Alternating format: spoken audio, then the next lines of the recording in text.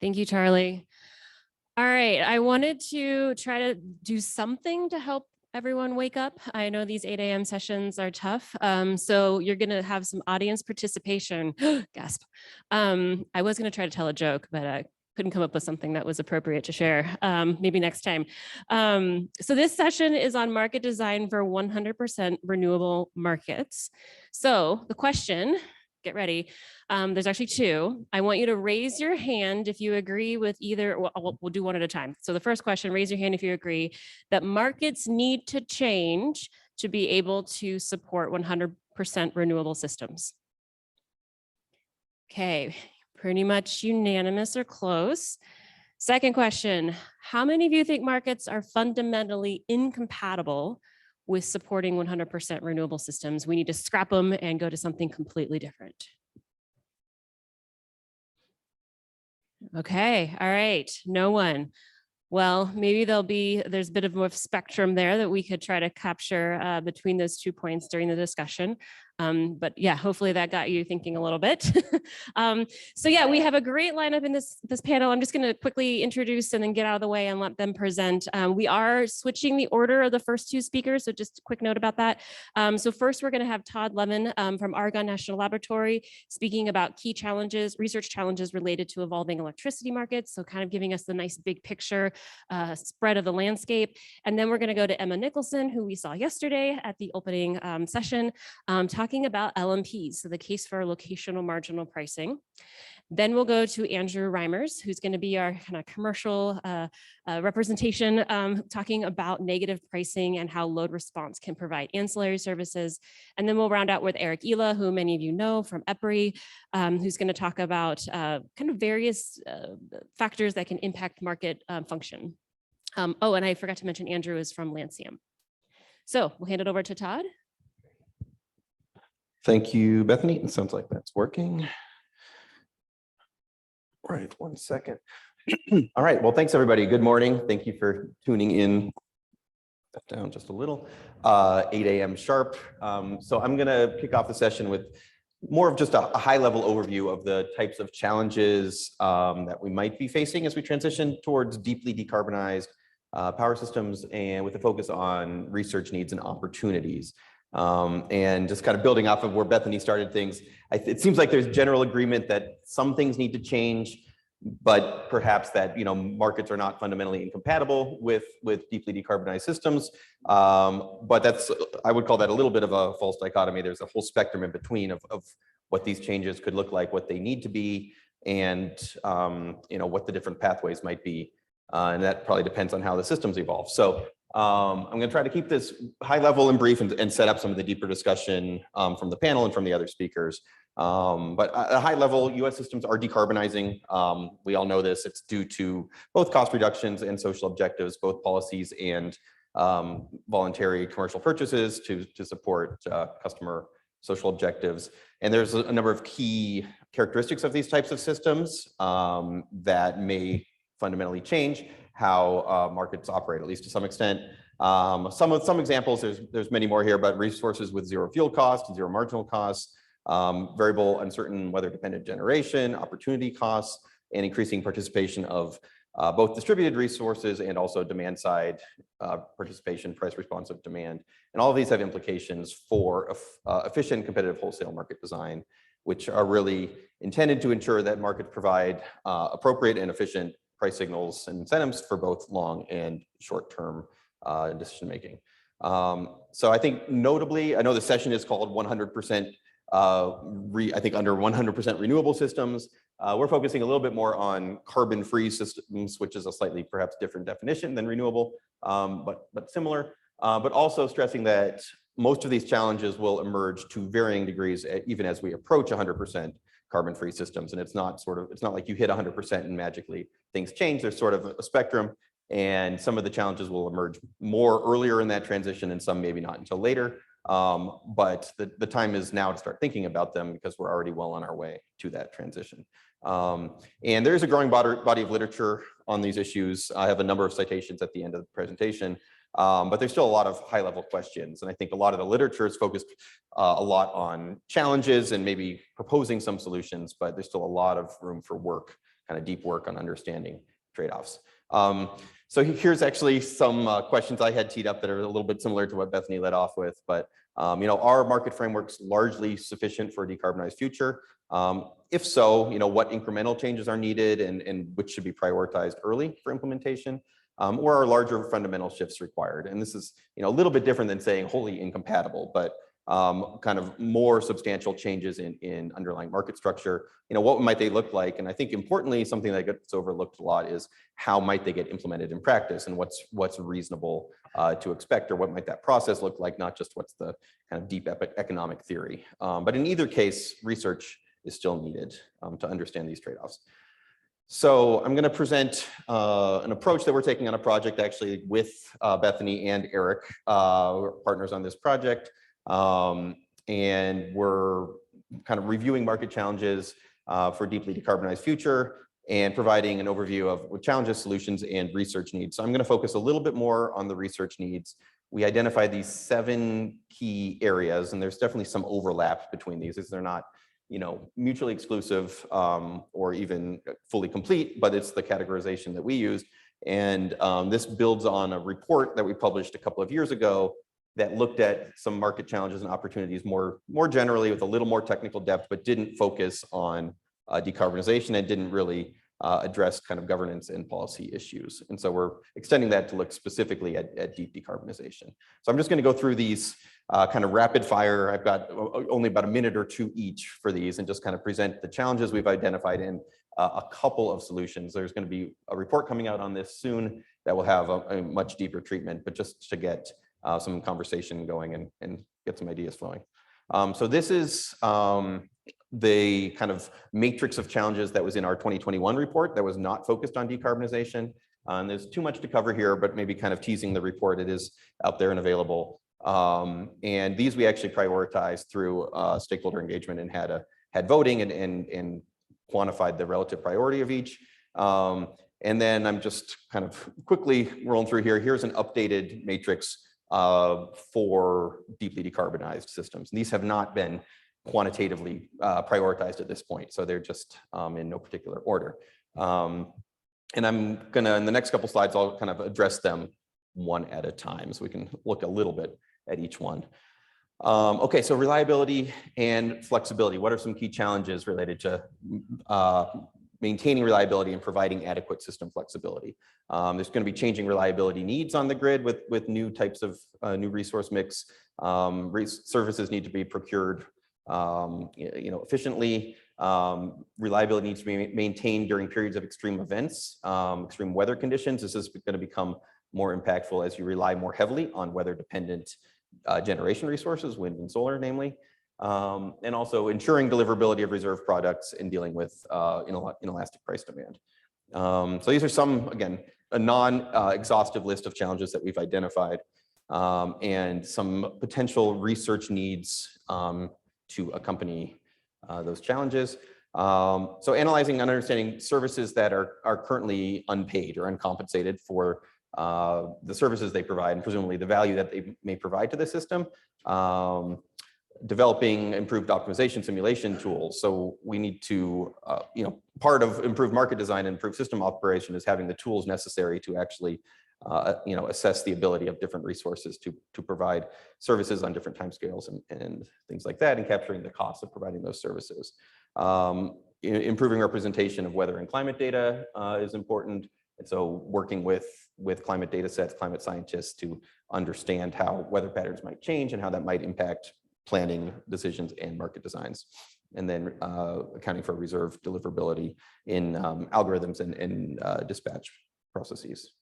Probably gonna have to go a little bit faster to get through all 6 of these, so I probably won't touch on each topic here. But so emerging technologies, these are challenges that are focused on specifically around. Now, I guess now we would say maybe they're less emerging than when we started a couple of years ago. That was the term, but wind, solar, and storage is usually what we think about here. But there could be, more new emerging technologies coming online that have similar types of impacts that we haven't even anticipated yet. And these may require new market participation models. They may not fit perfectly into market frameworks that were designed for large thermal resources. It may face different types of risks, need different type of representation in scheduling and dispatch problems, and may raise new issues around market power, especially resources that have opportunity costs associated with them that are harder to assess and monitor, compared to just a pure fuel plus variable operating cost. So a couple of research needs. So yeah, design incentive compatible market participation models that embrace all technologies. That might mean different models for different types of technologies, or it might mean opening up market participation models so they're more generalized and encompass all different technologies. Specific to battery storage, developing new efficient tools for state of charge management, particularly, well, I think both for short duration, but also particularly for long duration technologies where you have to have larger look ahead windows to manage the state of charge over long periods, and also accounting for the physical cost of capacity degradation that may be caused by different operational strategies. And then, like, as I mentioned, new market power metrics that account for opportunity costs for energy limited resources. All right, resource adequacy. So this topic kind of, again, encompasses everything to some extent. There's a lot of overlap here, but how do you maintain a resource adequate system as the makeup of the system changes? There's a lot of market design elements that may need to be revisited, looking at supply side, increasing supply side participation, supply side participation and increasing demand side participation and uncertainty. Increasing spatial and temporal resolution, I think, is an important one, as you have more distributed resources, and you also have resources, wind and solar, that might have different generation profiles and different reliability contributions, depending on where they're located in the system, especially if you're talking about systems with large geographic footprints.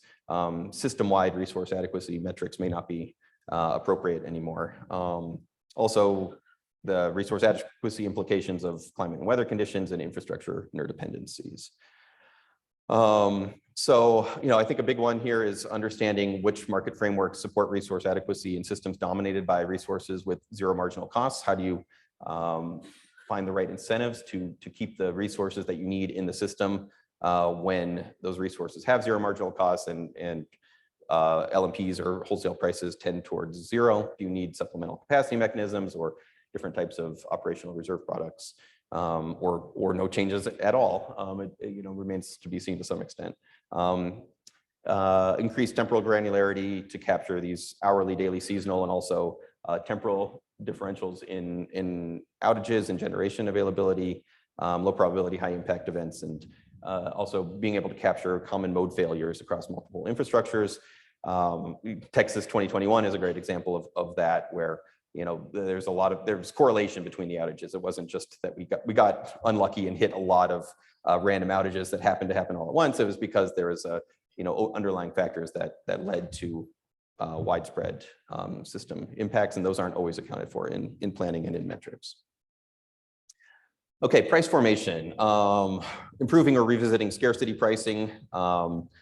So perhaps getting away from or improving on just a yes/no scarcity, kind of a price cap with a scarcity, a fixed scarcity price associated with it. Market clearing mechanisms, improved representation of uncertainty in price formation, and then we'll get to this more on the very last topic, but integrating clean energy policies and desires and objectives into market frameworks, and making sure that that social value is reflected in market clearing prices.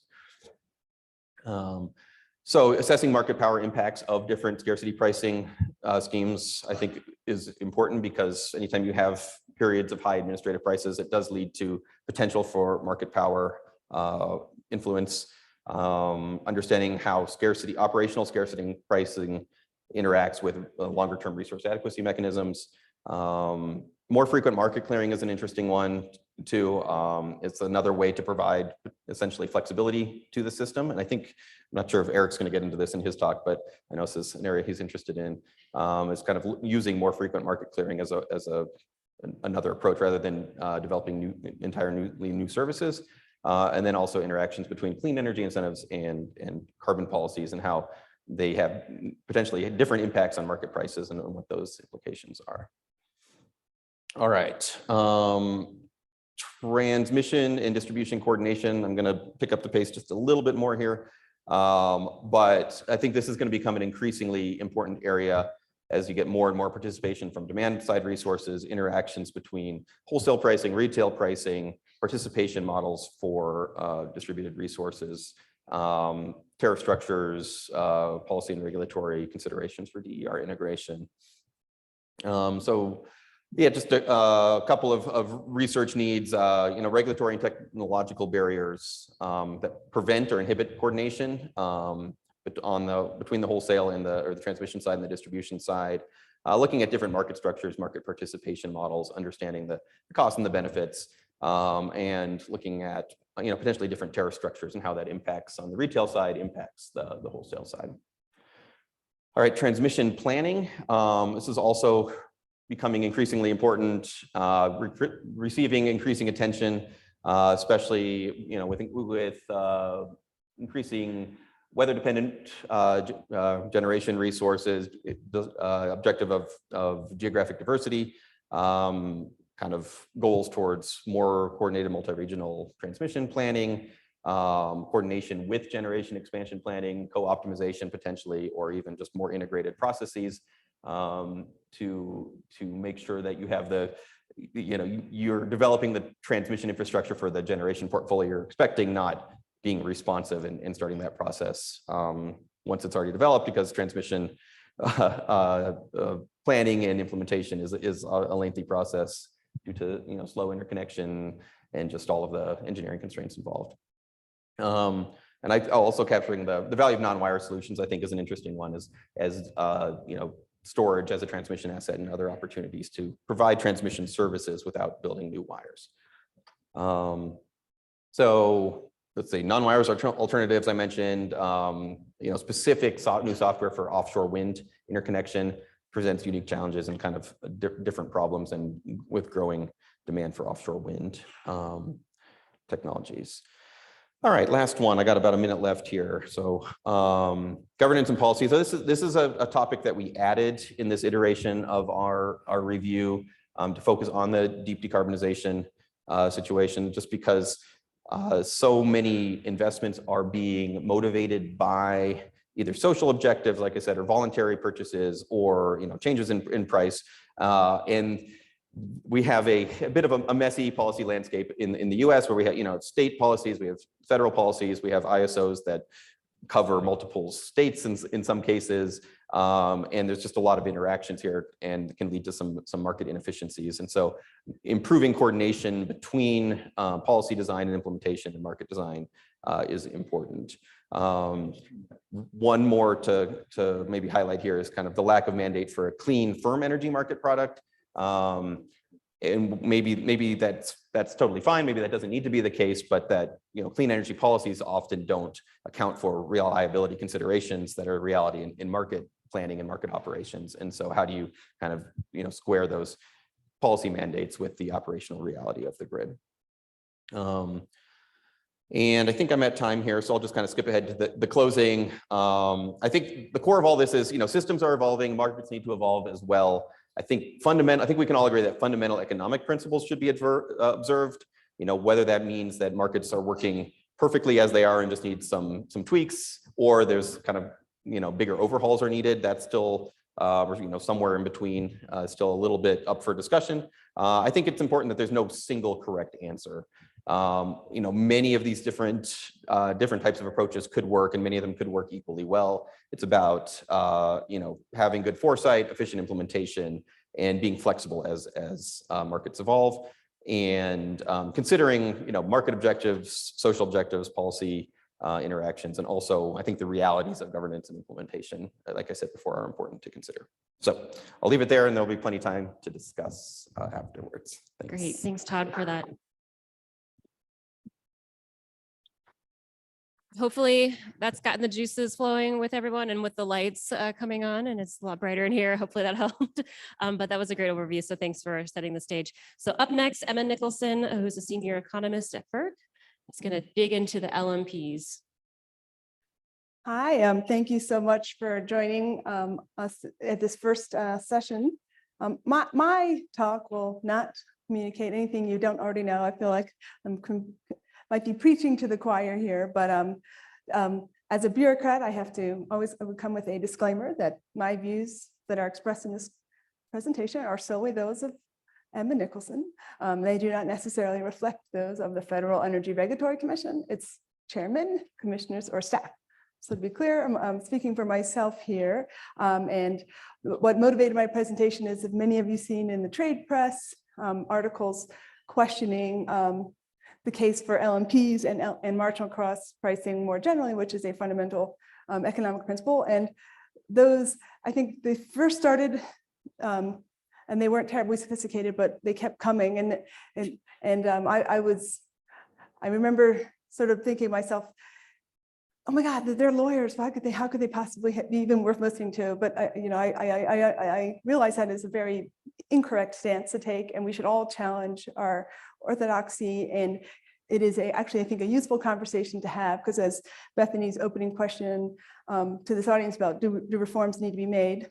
Yes, we all agree. And Todd Levin clearly showed that the markets do need to reform. And we have folks calling for an abandonment of LMPs.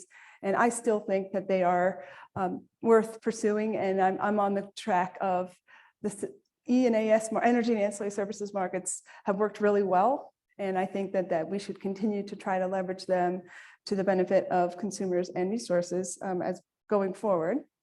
And sorry, I'm going to, how do we advance the slides? It's like, this one's worth listening to if you can't even advance. Oh, sorry, thank you. All right. Is it low arrow? Down arrow, yep. Not working. Oh, arrow key, okay. I think it might be, let's see, apologies. I might need a little technical assistance. Highly competent. Got it, okay. Clearly worth listening to, folks. Very, very bright. What do I think about locational marginal prices? I think they're a beautiful marriage between engineering and economics. And I really do think this is a pricing structure and market clearing process that's been reformed over time that leads to really beautiful things like a contour map. This is, as we all know, MISO. And one of the best benefits of LMPs, in my view, is the transparency they provide in both day ahead and real time. We all know how those markets function. I think that they clearly inform buyers and sellers, and also policymakers and regulators. It's really critical. And as I note in my last bullet here, they're incredibly informative in any regulatory structure, whether you have restructured entirely and your distribution utilities don't own generation, or if you're in a vertically integrated system like MISO and SPP, the majority of which are, those can still inform the regulators as to how the rate base and portfolio of a vertically integrated utility measures up price-wise to the market and its other generation resources. These are just two, the ISOs, I think another clearly ISOs provide significant benefits. They often quantify them for us in nice waterfall flow charts. This is in MISOs. Obviously, a lot of the savings has to do with co-optimization and joint dispatch, reserve sharing and such. This is Western Energy and Balance Market. Those are all available on the internet, but I think it's important to realize and acknowledge the benefits they've provided us. And I think one of a really critical benefit with the transparent price signal that LMP sends, we can truly enable efficient load participation. And all of the discussions that were on some of yesterday's panels about EVs and bringing in DERs and how do you, given the interest in those policies, the policy interests that are pushing and advancing electric vehicles, decarbonization, et cetera, flexible loads, how can they participate effectively in the market? And I think the only way to do that is to send them a right signal to respond to. And I believe LMP, obviously the cost at the margin at your location at that time, certainly the ideal signal to send. And some folks have said, well, LMPs, they're they might look nice, but nobody actually pays, most people don't actually pay LMPs. Retail loads, as we discussed, we're trying to get time use rates for decades. They're not terribly used broadly, but I would submit that they can still facilitate something closer to time of use rates. So that's a really important, valuable benefit of LMPs, is that we are not going to have efficient load participation or rates that better reflect how to make the best use of demand side resources and participation without an LMP signal. And another important, really critical aspect, I think, of LMPs is if you want to have a lot of independent suppliers providing energy, competing to provide energy in a market, you need to have an incentive, what's called a mechanism design that is incentive compatible. And the LMP that ISOs use to dispatch resources in ISOs is what's called an incentive compatible dispatch signal, which means the resource has no profitable deviation from its dispatch. So if you send a power plant or a storage resource or wind, generally a dispatch signal equal to LMP, that resource has economic incentives to follow it. And that's beautiful because that is also in line with system needs. I highly recommend Hogan and Harvey's paper that they filed in a FERC docket that really explains kind of how the evolution of LMP to what it is today. Also, LMPs provide valuable critical information about transmission constraints and shadow price of transmission, which they write about, and again, encourage and enhance competition. But I believe, as we all know, I was totally incorrect and flawed, and to completely dismiss the folks that were challenging what I hold dear, LMP markets. Let's seriously take a look at some of the critiques, accept those that are true, and try to make sure that we continue to evolve the system to make sure it benefits customers and suppliers. And of the articles that have been put out, I believe the best one, and I'm not just saying this because he's a commissioner at my agency, FERC, he wrote a paper in the Energy Bar Association Journal about asking whether we need to, he said, I think we have to reconsider single clearing price mechanisms in energy markets. And while I agree that's a really valuable discussion, I think why we're here today, I do think LMP is worth defending. And Commissioner Christie and many other folks who hold similar views that are questioning LMP constructs and generally paying price equals marginal cost and having an equilibrium clearing price from like Econ 101, supply equals demand. I mean, why should we do that? I think central to a lot of those claims is, well, you have these subsidies, so we just can't do it and give up. But LMPs won't work. I think that is, it's certainly true subsidies are stressing markets. You have entry from and interest from states and the federal government, IRA being a big example. It certainly impacts markets, but I think that there's still no evidence that they can't continue to function and serve all the purposes that we showed before: transparency, incentive compatible dispatch signal, highlight transmission constraints, et cetera. So that would be my response to that, is that we don't need to give up on markets entirely and all the benefits simply because we have these subsidies that certainly do exist. Another claim is they reference EU, that they've departed from clearing on the margin or sort of marginal cost concepts, but they all fail to mention in doing so the geopolitical crisis that prompted that, and which I think is curious. And then also they, going forward, the ACER, which is the regulatory body in the EU, is advising the EU Commission to not go forth with the policy that they've called decoupling, where renewables were paid less than the gas units. So I think that's my response to that. But another big claim is that energy is a differentiated product, so you can't possibly compensate it just through LMP. And of course, that is profoundly true, which is why ISOs don't do that. ISOs, LMP clearing mechanisms, of course, as we know, as the panel discussed yesterday, there's a fleet of ancillary services. So in addition to energy, there are other ancillary service products that are available to resources with specific capabilities, supply regulation, 10 and 20-minute reserve, 10 and 30-minute reserves, spin and non-spin, ramp capability, uncertainty, and then of course capacity markets. I wouldn't qualify capacity markets as a raging success in implementation, but certainly other revenue streams that are available to resources.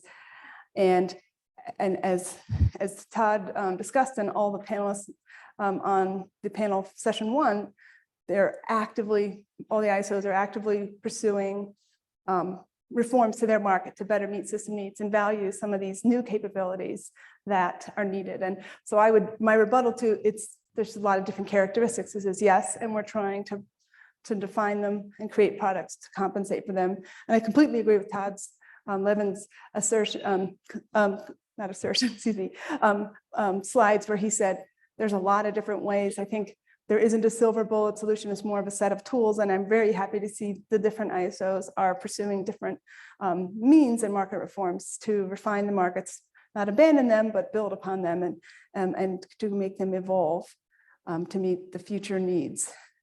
And I generally, I think if we consider other pricing mechanisms, pay as bid auctions, in economic theory would dictate that a resource under a pay as bid construct is going to bid the expected marginal price rather than the incentive under an LMP construct, which is bid LMP. So you might have the exact same outcome, but your mitigation will be more challenging because it's quite easy, except for resources with opportunity costs, and another future challenge for another day.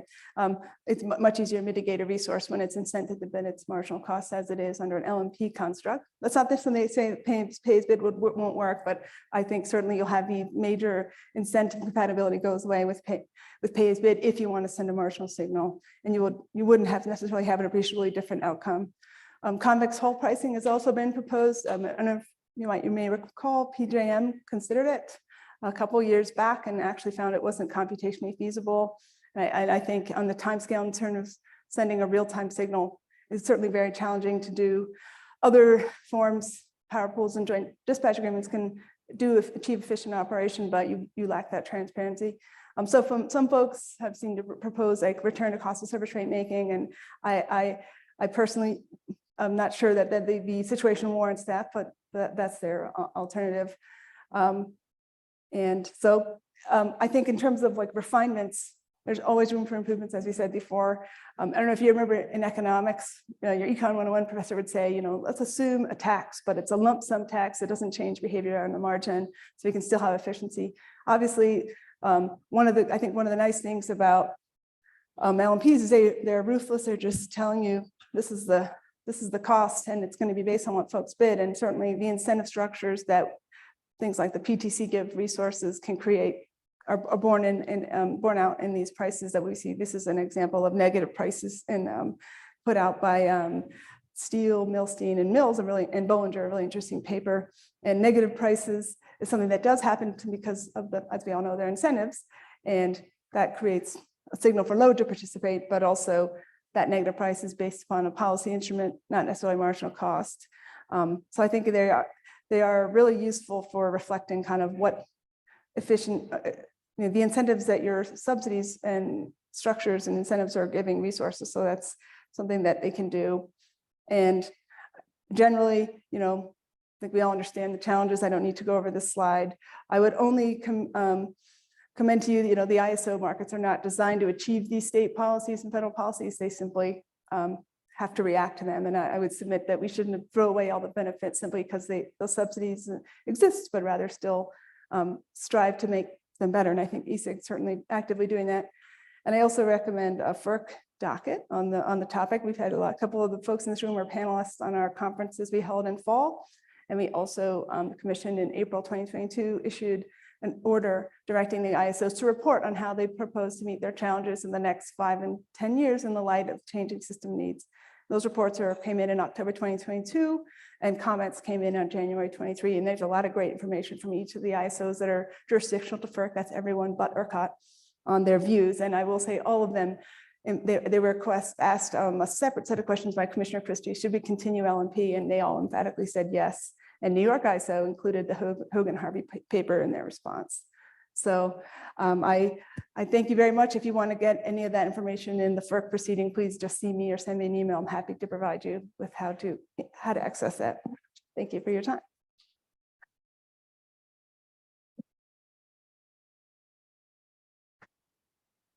Thanks, Emma, for that great deep dive into a lot of the discussions and challenges, but benefits as well of LMPs. That's kind of obviously a core pillar to this broader conversation about market design, and where many of the concerns rest sort of in price formation and how can we get prices right to signal for the needs of the system. So thanks for digging into that topic. So your slide about negative pricing and the prevalence of that is a great transition to our next speaker, Andrew Reimers from Lancium, who's going to talk about how the prevalence of negative pricing and how load can support ancillary services. So take it away, Andrew.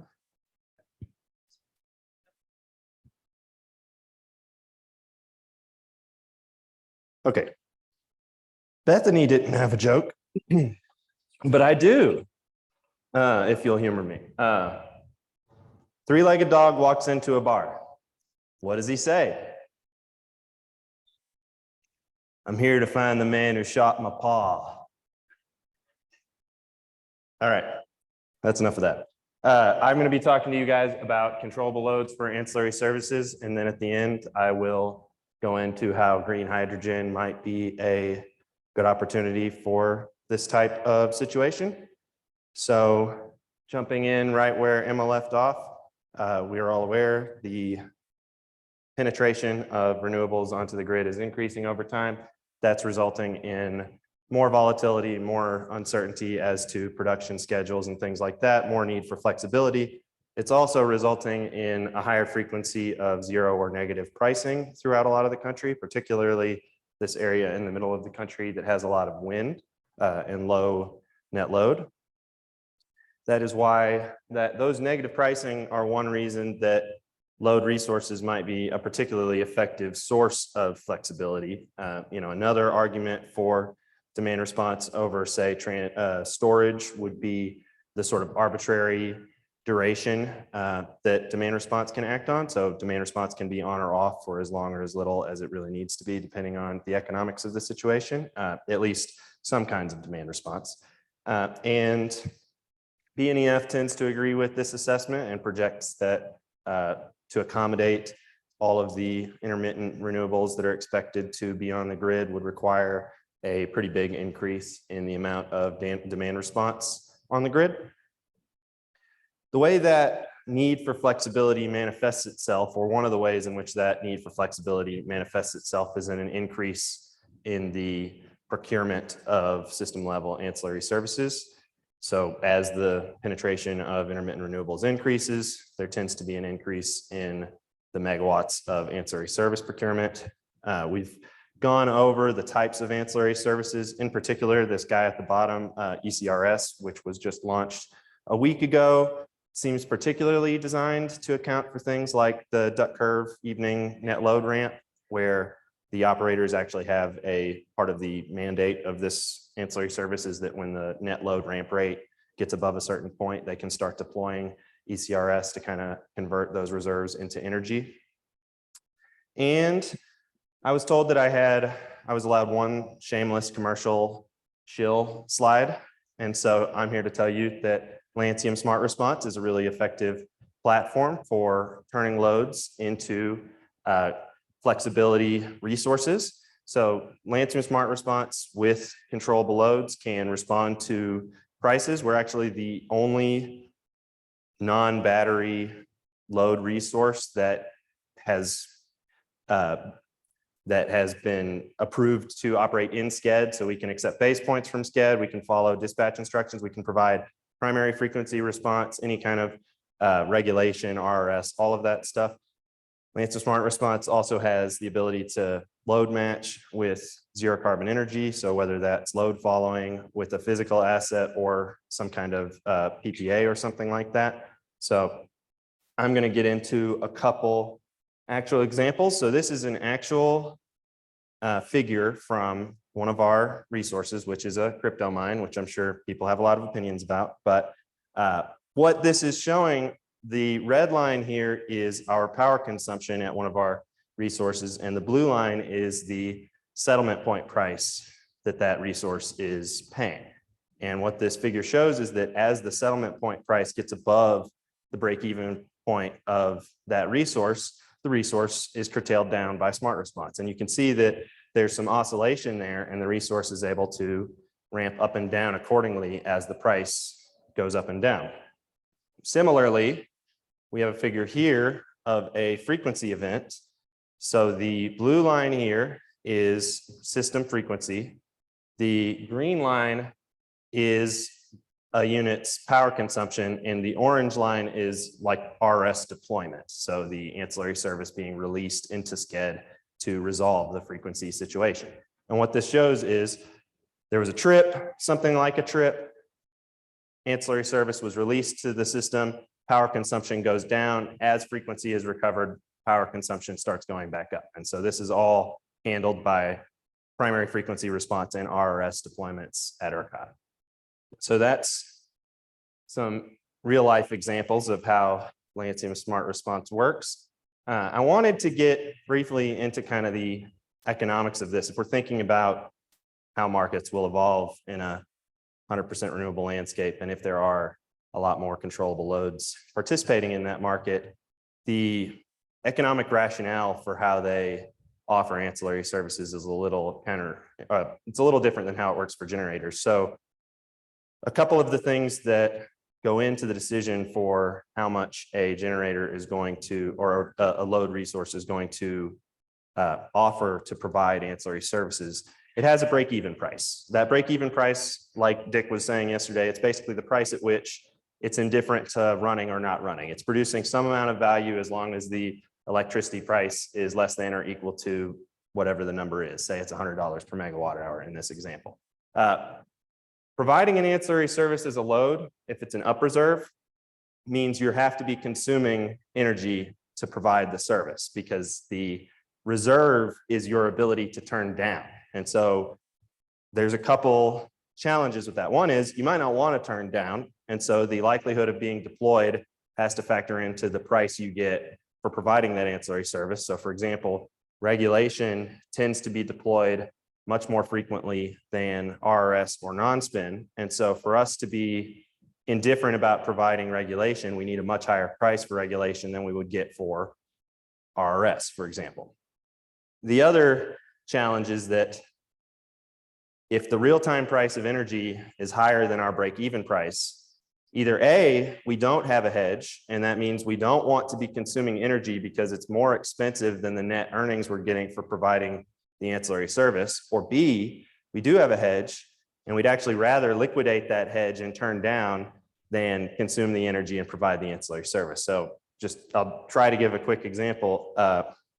If our break-even price is $100 per megawatt hour, but we have a hedge that's $30 per megawatt hour, and the real-time price ends up being $120, we could technically operate without losing money because we have a $30 hedge.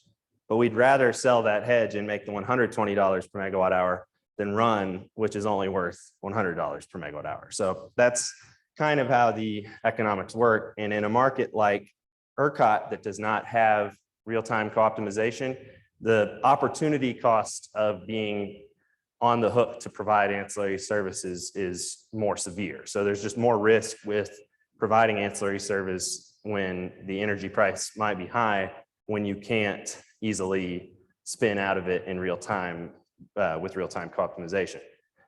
So I've included a chart to kind of give an example of how these dynamics play out for us. The important points here being, so what this is showing is, it's just an illustration of on any given day, what our ancillary service award schedule might look like. And we have the hours of the day, the ancillary service product we're awarded, the clearing price for that award, and then our forecast for what the real-time energy price is going to be at that time. The important points here are reg up at hour 7 has a much higher clearing price than RRS and non-spin the rest of the day. So that we probably offer in at a couple $100. The clearing price ended up being $500. The other important point is these hours 17 through 19, our forecast for the real-time price was that it was higher than our break-even price. And so we did not offer to sell ancillary services during those times so that we would be able to liquidate our energy hedges if that was what made sense to do. So going from there, we can get into how green hydrogen might be an effective source of reserve service. Big point is that the forecasts for how much load is expected from green hydrogen in the next 5 to 10 years are very high. Gigawatts of new load are expected from green hydrogen. One thing that's really important for a controllable load like what we're talking about is that they consistently use power, or at least are using power most of the time. So something like an EV charging station isn't very good for providing ancillary service because it's not being utilized most of the time. So you can't turn off something that's not on. Dryers in your home or thermostats, as we were talking about the other day, don't make a ton of sense for providing ancillary services, but things like a green hydrogen plant might. And we have reason to believe that a lot of the technologies on the market are flexible enough to provide frequency response and price response like we would need. So there's really the main two technologies you'll hear about are PEM and alkaline, where PEM is generally considered to be the more flexible resource, and it's the one that a lot of the developers who are trying to load follow with like a renewable power plant are looking at. There's another more novel technology out there called AEM. The main benefit of that compared to PEM is that it doesn't use as many rare earths, so the supply chain stuff might not be as problematic. Either way, looking at what the OEMs are doing and what other project developers are considering, it looks like these are going to have the flexibility characteristics you need to qualify as a CLR in ERCOT.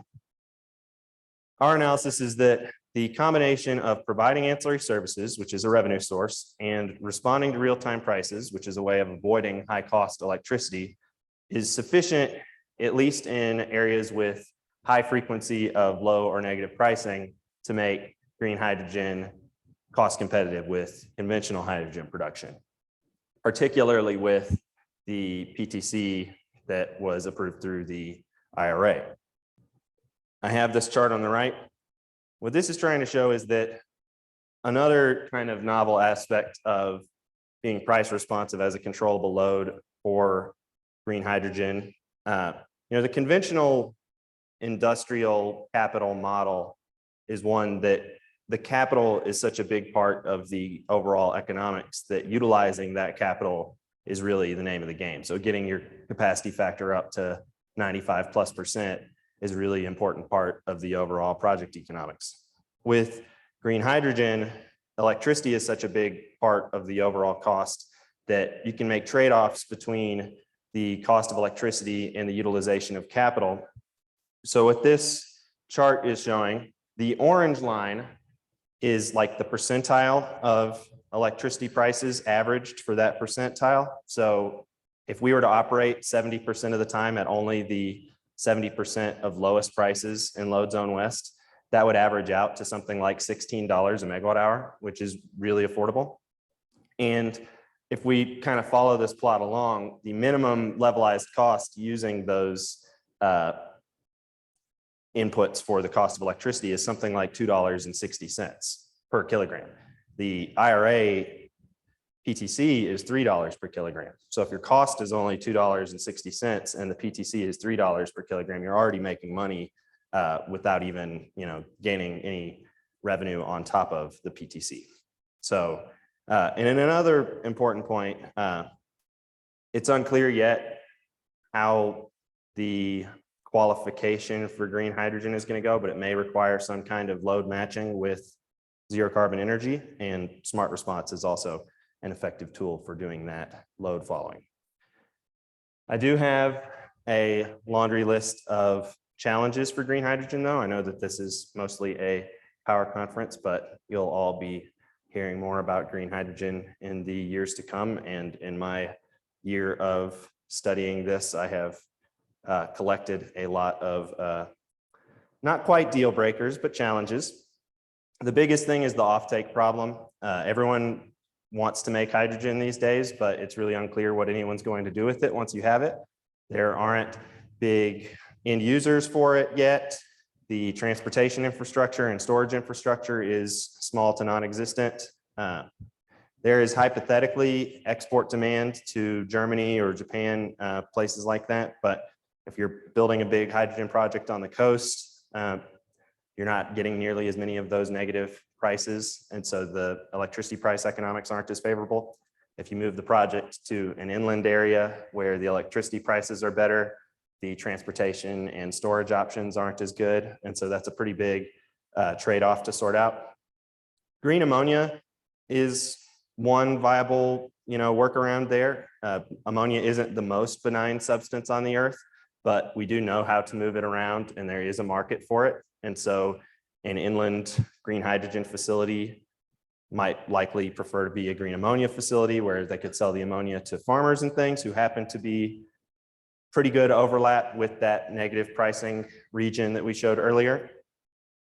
However, there are a lot of challenges with building a big load project in a lot of those negative pricing areas. They don't just have tens of megawatts of transfer capacity available in farm country to plug in a new load. So if you need a new interconnection and a new substation and all that, that's going to be an interconnection study. It's going to be extra cost for getting up and running, extra time to get up and running. They're also generally in regulated service territories, which creates some problems on the rate side. So a lot of these places only offer fixed rates or even stale time of use rates. IOUs are going to need to file a rate case to give you a more dynamic rate structure, which could slow things down or be unworkable altogether. Co-ops aren't exactly in the business of doing novel, risky things that could increase the cost for their other owner customers. So these are just a set of the challenges for why green hydrogen might have some problems taking off. But if we do have the gigawatts of green hydrogen load that are expected, it could be a really useful resource for providing ancillary services as a controllable load. So that's everything.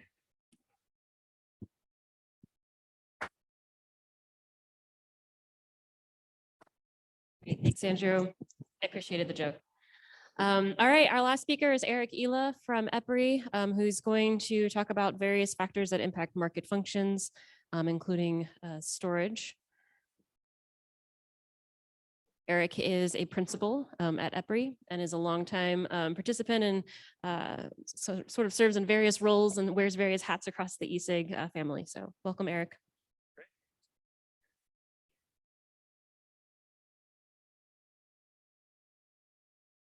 All right. Yeah, thanks. Great panel so far. So as Bethany said, I'm going to talk a little bit about, we had a great, sort of introduction on, sort of LMPs and marginal cost pricing and how it's worked so far and how it might work in the future. And the question that really comes up a lot in these circles of, how markets might function with 100% clean energy or various other, future scenarios is what are the prices going to look like in those scenarios if, if the price is based on the marginal cost of energy and there's no fuel costs for the resources that are setting the price, what is the price going to be? So that's kind of the question that comes up. I wanted to acknowledge some colleagues of mine that are actually both in the room, Ryan Shapi and Ibrahim Krad. So before we get into that, I'm going to give an example, an exercise for the group here that really doesn't have anything to do with high renewables, just to kind of, just bear with me on it and I'll tell you kind of how it's linked. So we're going to have everyone sort of raise their hand and vote what they think the answer to this is. So we have one generator that can operate between 0 and 40 megawatts, and it has a cost of $30 per megawatt hour and a no load cost of $500 per hour. And then you have generator B that can operate between 20 and 100 megawatts. It has a variable cost of $60 per megawatt hour and a no load cost of $500 per hour. So demand is 50 megawatts. So first, I'm going to give you the answer of what the dispatch is. So first off, we can't, if I just started to look at this, I'd go, okay, yeah, just use all of generator A and then use what's left of B, but I can't do that because it has a minimum generation of 20. So the actual answer, the economic dispatch here is to dispatch generator A at 30 megawatts and generator B would be dispatched at 20 megawatts. So what is the price in this situation. So who thinks it's $30 per megawatt hour? Okay. Emma, you're not supposed to give any hints. Who thinks it's $60 per megawatt hour? Who thinks it's $65 per megawatt hour? Robin knows the answer to this one, I think. The answer is yes. So actually, it could be either one of these in different ISOs. I think actually it's getting closer to almost all of them might be at that 65 now, but some of the ISOs might still be 30, some of them might be 60, and about 5 years ago, every one of them would have a different one of these prices. So why did I give this example? So I always like thinking about this kind of idea of like, you know, people sometimes think that prices are this sort of physical value that, you know, are intrinsic with the power system, and they're not, right? We have made them up, and we can make them any way we want, right? So, and that's sort of a weird way of saying, you know, it doesn't matter. We can make it do what we want it to do because we have control over this. It's not a physical value. Of course, there's objectives to why we've designed them as we have and how we may design them in the future, as Emma had pointed out. But I think it's an important part to start thinking about. So then, you know, getting into that even further as we look at, okay, what's the future price going to be? And we think, well, you know, it's just based on what the fuel costs are going to be. And I'll tell you that, you know, if you're looking at what actually affects electricity prices today, your fuel costs are one of the 12 things that I have on this list, and I'm sure I'm missing a lot of things.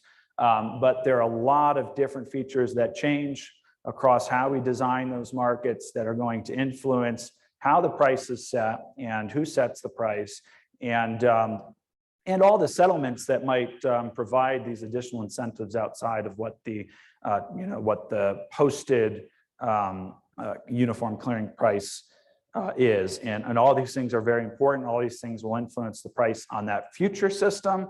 And there's other things that we haven't even thought of that will also influence those. So that's kind of a quick intro on sort of where today's are. So now we're looking at how will prices change on a zero fuel cost system. Started using the term ZFC, you know, resources, and you know, renewables have, I think, you know, at least 10 different acronyms you can use for them, depending on what characteristic you're talking about for them. So this is just one more. But I'm really going to talk about, and kind of start with some of the key things we're thinking about, and these are all related to what Todd showed to start us off as well, and then get into some, you know, actual examples of what these prices might impact, especially with a system that has renewables and storage or other opportunity cost-based resources.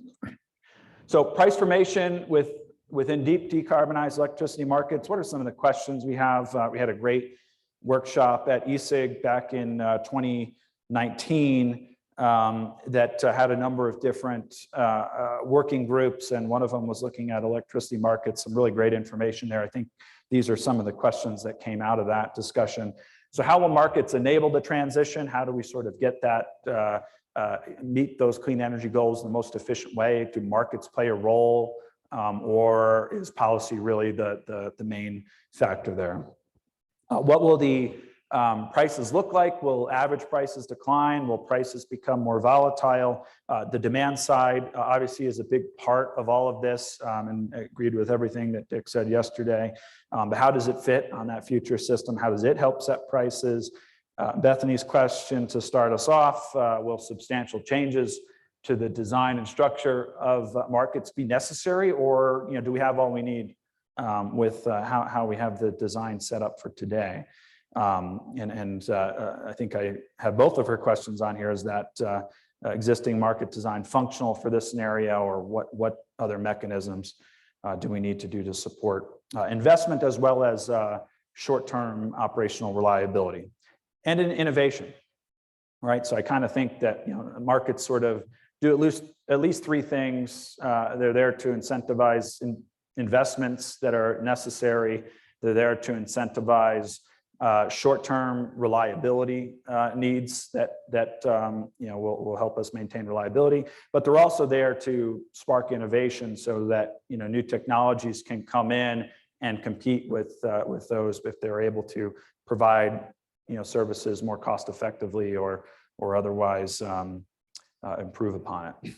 So what will energy prices look like? It depends. So just like we shown at the beginning of the different things that influence price, here's some things that will influence that future scenario set of prices. So obviously investment signals, whether they're coming from IRA, capacity markets, other types of environmental policies, all of those sort of things happening outside of electricity markets or outside of the energy markets can influence what those energy prices may be. Resource adequacy structures, how much capacity are we forcing to be built that may not naturally be built from the energy markets, how you set that up, whether you use a reserve margin or expected unserved energy targets, whatever your target is and whatever that value is, that's going to impact what your energy prices are going to be. Responsiveness of demand, how responsive is demand to prices and needs, and are they there setting the prices as well? Price formation with storage, I'm going to get into that in the next slide. Shortage pricing, so another big area of how investments and short-term reliability is incentivized is through reserve shortage pricing. In the US, that's really the big factor that provides, some of those additional rents for resources that are needed. So what is the shortage pricing? Is it still administrative that we set through the stakeholder process? And how often do we allow it to happen is going to influence those prices significantly. Renewable locations, how much they're correlated with each other is going to impact that. And then cost effectiveness of enabling technologies, such as talking about green hydrogen or whatever those other dispatchable firm resources might be, how they're actually influencing the prices there.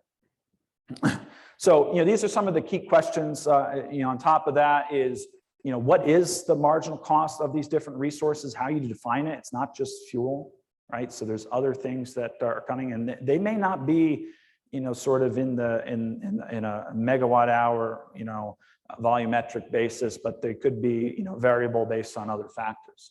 What is the value of energy to consumers? That's obviously a big part of this. What is the cost or value of different operational attributes? So how much do we need flexibility? How much do we need frequency response capability? Whatever these attributes might be. What's the value of having them? How do we tie those to the value of actually delivering energy?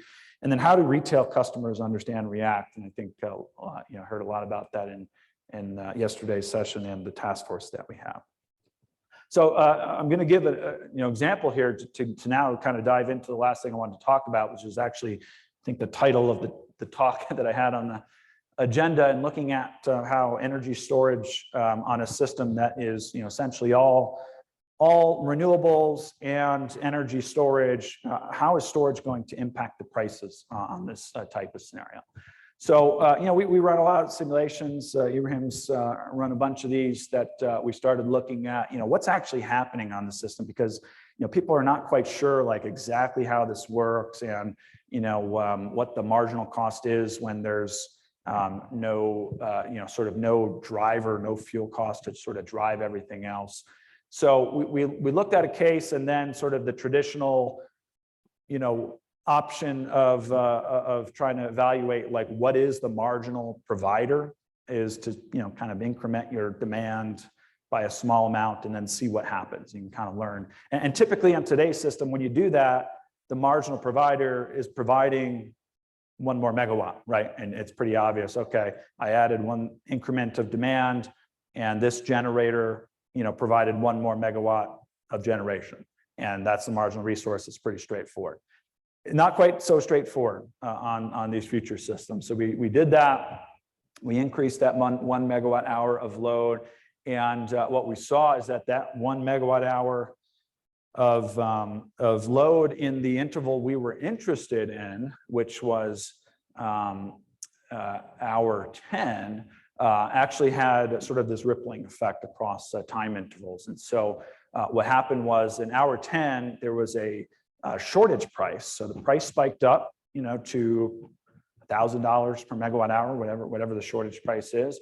But there was no shortage in hour 10. So it's like, how can you have shortage price if there's no shortage? That doesn't really make sense. But what actually happened is because the battery storage resources were having to provide that, and in this case, actually reduce the amount of charging that they were doing in hour 10, they're actually charging during the shortage price. So that it had less energy earlier on, and that caused more shortage than would have been there if the price in hour 10 had not been increased. So basically, the shortage price is observed in hour 10 due to the shortage at hour 3, right? So it's these examples can happen. What we kind of looked at more towards this, and this somewhat obvious when you think about it, but maybe kind of a different way of thinking it, is this analogy of storage and transmission and how it affects prices. So I'll tell you that on this future system where you may have substantial amounts of storage and renewables, the impact that storage state of charge has on pricing across time intervals is analogous to the impact that transmission constraints have to locational prices across locations, right? And I'll show you that with this simple chart here. So you can look at this both ways. So the X's could be zones, and the Y's could be transmission constraints. And if all locations have, if Y is limitless, then all locations have the same price, right? But now think of it, this other way. What if X's are all intervals? The Y's are all storage state of charge limitations. If all intervals have the same price, if all of the storage state of charge constraints were limitless, then all the intervals would have the same price. So it's actually, impacting prices in the same way for intervals as transmission does to locational prices. So, kind of an interesting, thought exercise on how this will impact. And this is all, some kind of theoretical things. It's not putting in bids for the storage resources. We're sort of modeling them as, what they would do to minimize costs and sort of assuming that would maximize efficiency. Just sort of an interesting exercise. You get $0 prices when there's no curtailment. You get shortage pricing when there's no shortage, and you just kind of have this rippling effect across time intervals. So with that, I think that, this next step that we have is a lot of people kind of talking about what prices are going to look like in this future system. You got a lot of very credible folks saying the price is always going to be zero. And sometimes you'll get some really big spikes. And then you have another side also very credible, that are saying, oh, prices aren't going to look that different than they do today. They might be a little bit different, but kind of see a similar, chart, maybe different prices, different time periods, but not too dissimilar to today. Not really a lot of analysis and, work that's sort of backing either one of these. And like I said before, it all depends. It all depends on all those things. We can't just kind of assume one way or the other. So lots more work to do that. Great. Thank you all.